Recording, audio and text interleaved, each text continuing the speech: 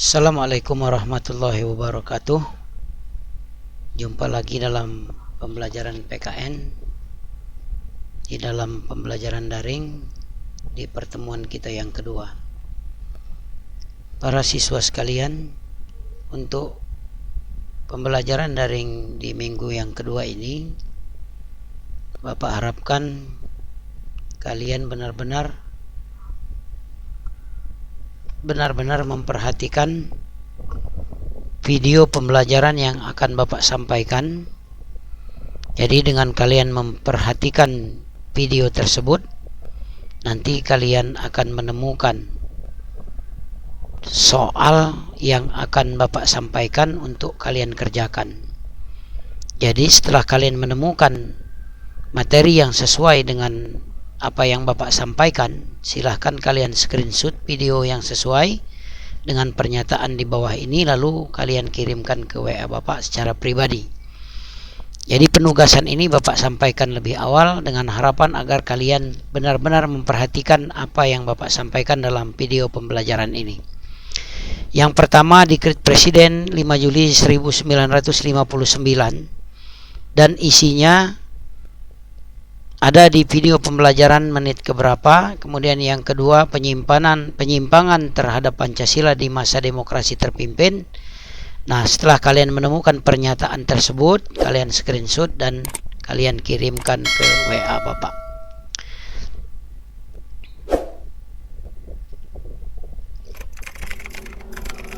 Dinamika perwujudan Pancasila sebagai dasar negara.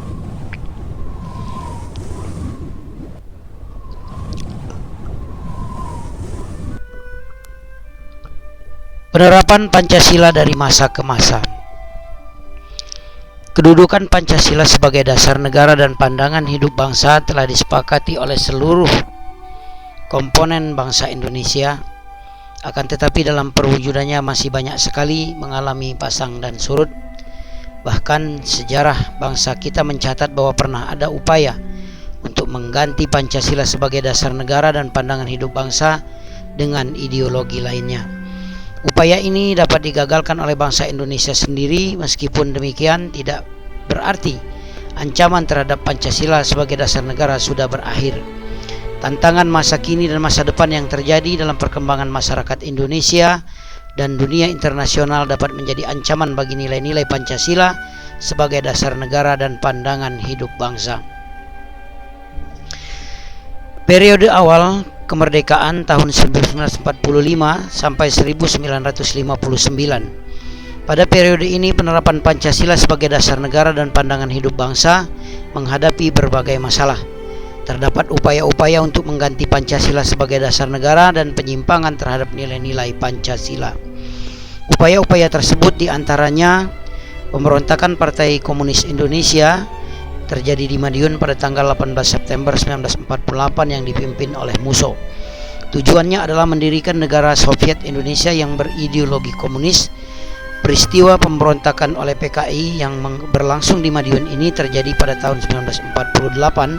Pemberontakan ini dipimpin oleh dua tokoh, yakni Amir Syarifuddin dan Musso.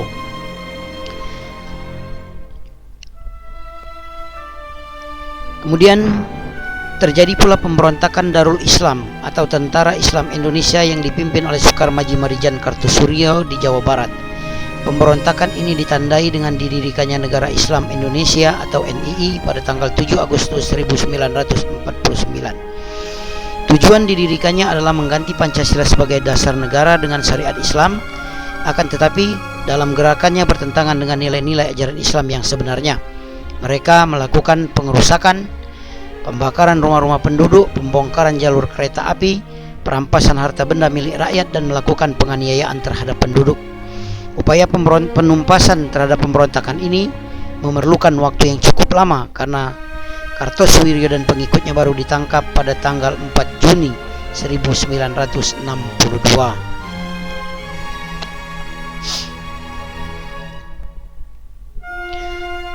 Kemudian selanjutnya pemberontakan RMS atau Republik Maluku Selatan didalangi oleh mantan Jaksa Agung Negara Indonesia Timur Soemokil pada tanggal 25 April 1950 yang bertujuan untuk melepaskan wilayah Maluku dari Negara Kesatuan Republik Indonesia.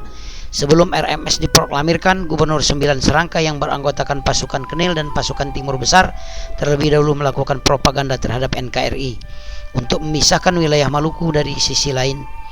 Menjelang proklamasi RMS, Somukil telah berhasil mengumpulkan kekuatan dan masyarakat yang ada di daerah Maluku Tengah. Sementara itu, kelompok orang yang menyatakan dukungannya terhadap NKRI diancam dan dimasukkan ke penjara karena dukungannya terhadap NKRI dipandang buruk oleh Somukil.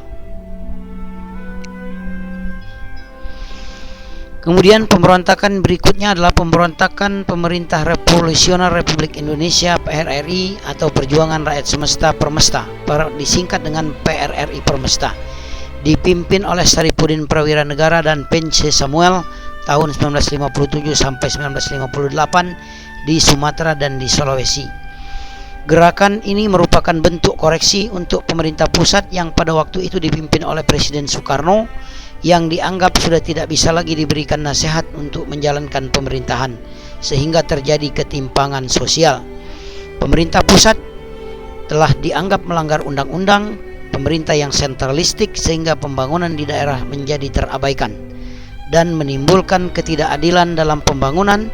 Oleh karena itu timbullah inisiatif dalam upaya memperbaiki roda pemerintahan di Indonesia.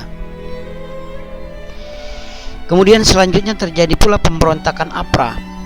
Pemberontakan APRA atau disingkat dengan Angkatan Perang Ratu Adil merupakan milisi yang didirikan oleh Kapten KNIL atau Kapten Kenil pada tanggal 15 Januari 1949. Raymond Westerling bersekongkol dengan Sultan Hamid II untuk merebut kekuasaan dan mempertahankan negara federal Indonesia Serikat bentukan Belanda.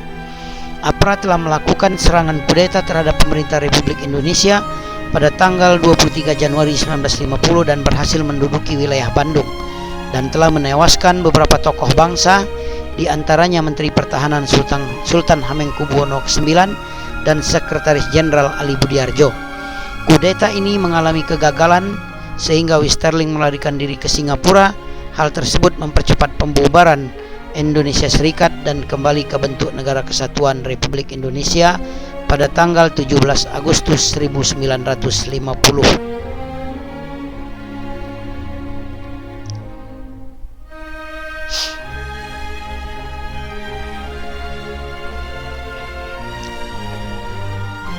Sedangkan konstitusi yang berlaku adalah Undang-Undang Dasar Sementara 1950. Dalam perjalanannya berhasil melaksanakan pemilu pertama di Indonesia pada tahun 1955 yang dianggap sebagai pemilu paling demokratis.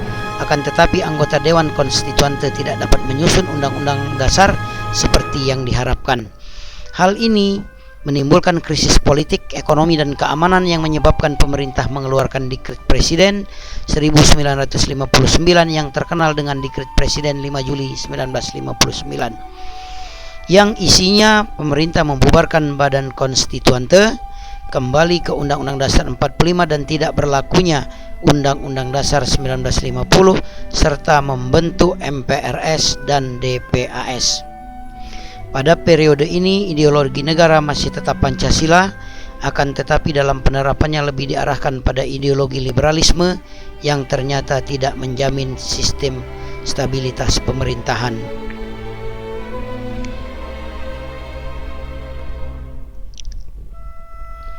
Kemudian masa Orde Lama.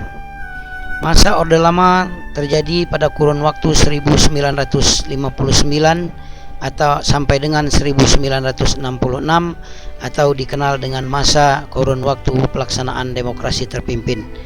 Setelah Presiden Soekarno mengeluarkan dekret yang isinya seperti yang telah dinyatakan di atas, maka pada masa berakhirnya Undang-Undang Dasar Sementara 50 dan kembali ke Undang-Undang Dasar 1945.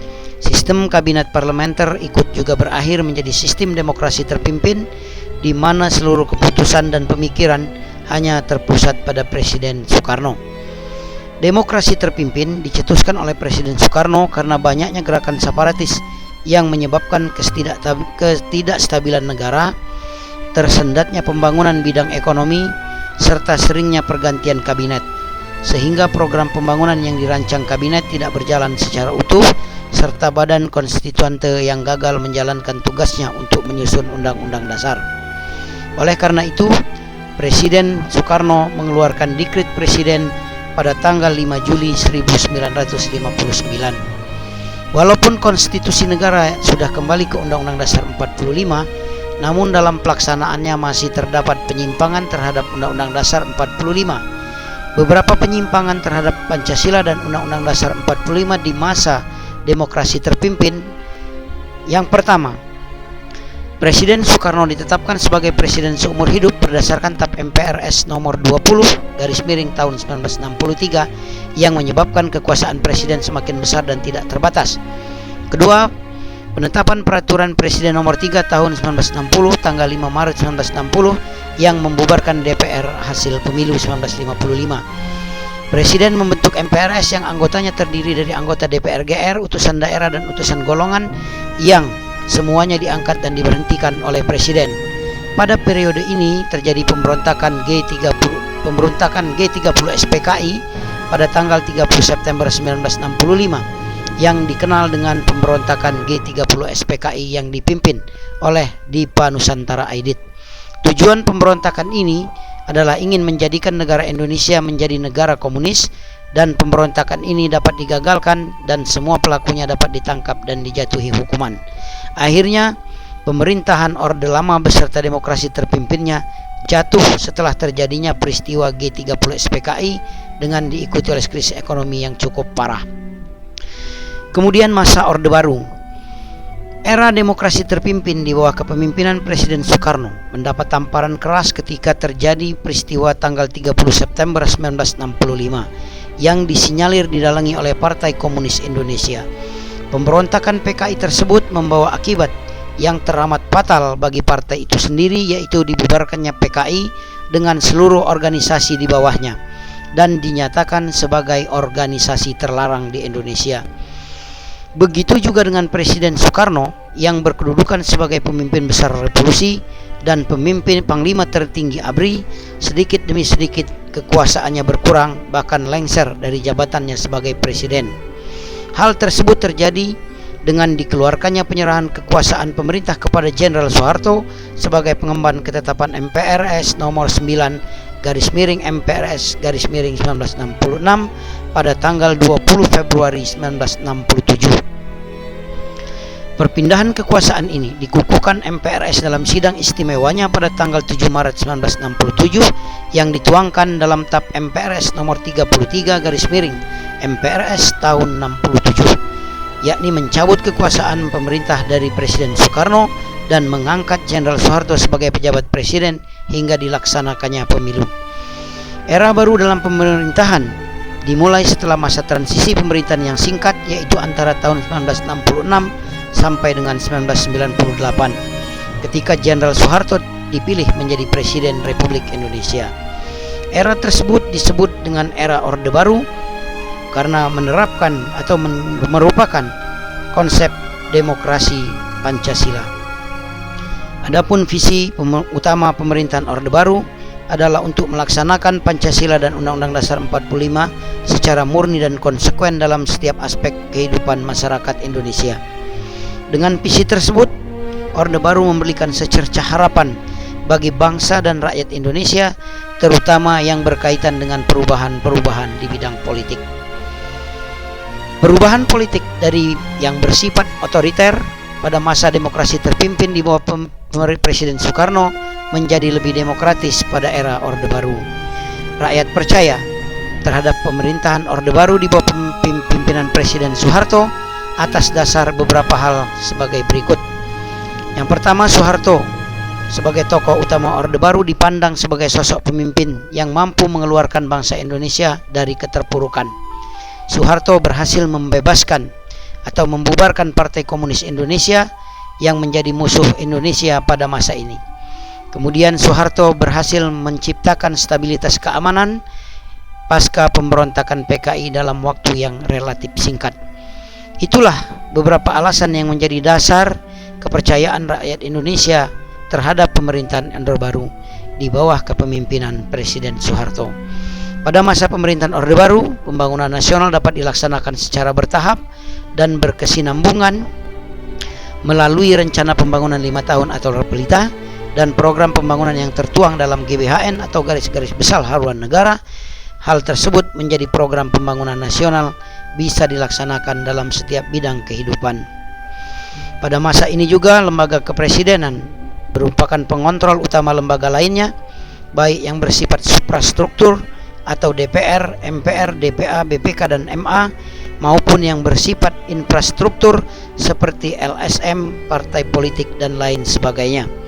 Pada masa ini kebebasan politik dibatasi dengan jumlah partai yang terbatas hanya pada 3 partai saja, yaitu Partai P3 atau Partai Persatuan Indonesia, Golongan Karya atau Golkar, Partai Demokrasi Indonesia atau PDI.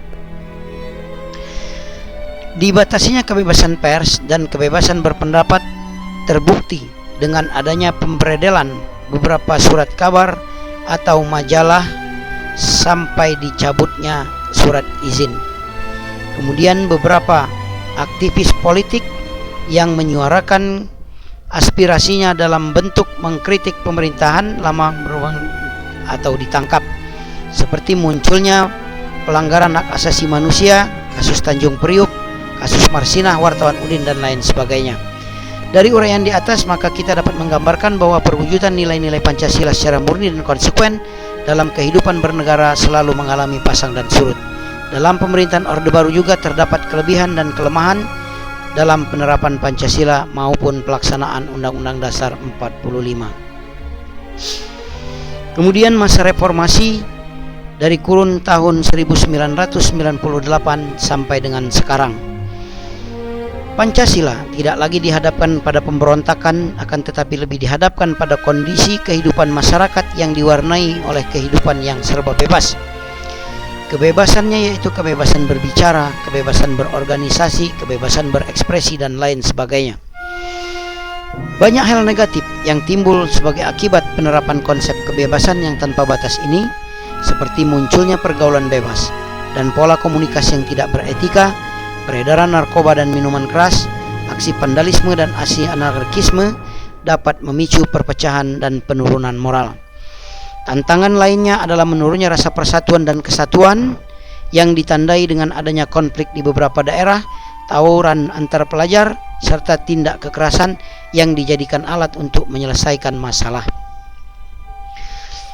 Peristiwa-peristiwa tersebut dapat menimbulkan konflik antar warga negara dalam kehidupan masyarakat, seolah-olah wawasan kebangsaan yang dilandasi oleh nilai-nilai Pancasila yang lebih mengutamakan kerukunan dan telah berkurang dalam kehidupan masyarakat Indonesia. Selain tantangan tersebut, saat ini bangsa Indonesia sedang menghadapi perkembangan dunia yang sangat cepat seiring dengan pembangunan bangsa-bangsa di dunia. Seiring dengan dunia memasuki tatanan dunia baru atau new era, baik dalam bidang politik, ekonomi, maupun pertahanan dan keamanan. Walaupun bangsa Indonesia di dunia menyadari bahwa mereka saling membutuhkan, saling ketergantungan satu sama lain, namun persaingan antar kekuatan besar di dunia dan perebutan pengaruh masih berkecamuk. Salah satunya adalah untuk menanamkan pengaruh kepada negara lain melalui penyusupan ideologi baik secara langsung maupun tidak langsung. Kewaspadaan dan kesiapan harus kita tingkatkan untuk menanggulangi penyusupan ideologi lain yang tidak sesuai dengan ideologi Pancasila. Hal ini lebih penting karena sebagian besar bangsa kita termasuk masyarakat yang berkembang. Cita-cita bangsa dan negara Indonesia dalam mewujudkan masyarakat Indonesia yang adil dan makmur berdasarkan Pancasila dan Undang-Undang Dasar 45. Anak-anak sekalian, demikianlah materi yang dapat Bapak sampaikan pada kesempatan ini. Untuk itu sekali lagi Bapak ingatkan tugas yang sudah Bapak sampaikan di muka tadi. Kalau kalian menemukan pernyataan yang sesuai dengan video yang Bapak tampilkan ini, silahkan kalian screenshot video tersebut dan kirimkan ke WA Bapak secara pribadi. Bapak akhiri, wabillahi taufik wal hidayah. Wassalamualaikum warahmatullahi wabarakatuh.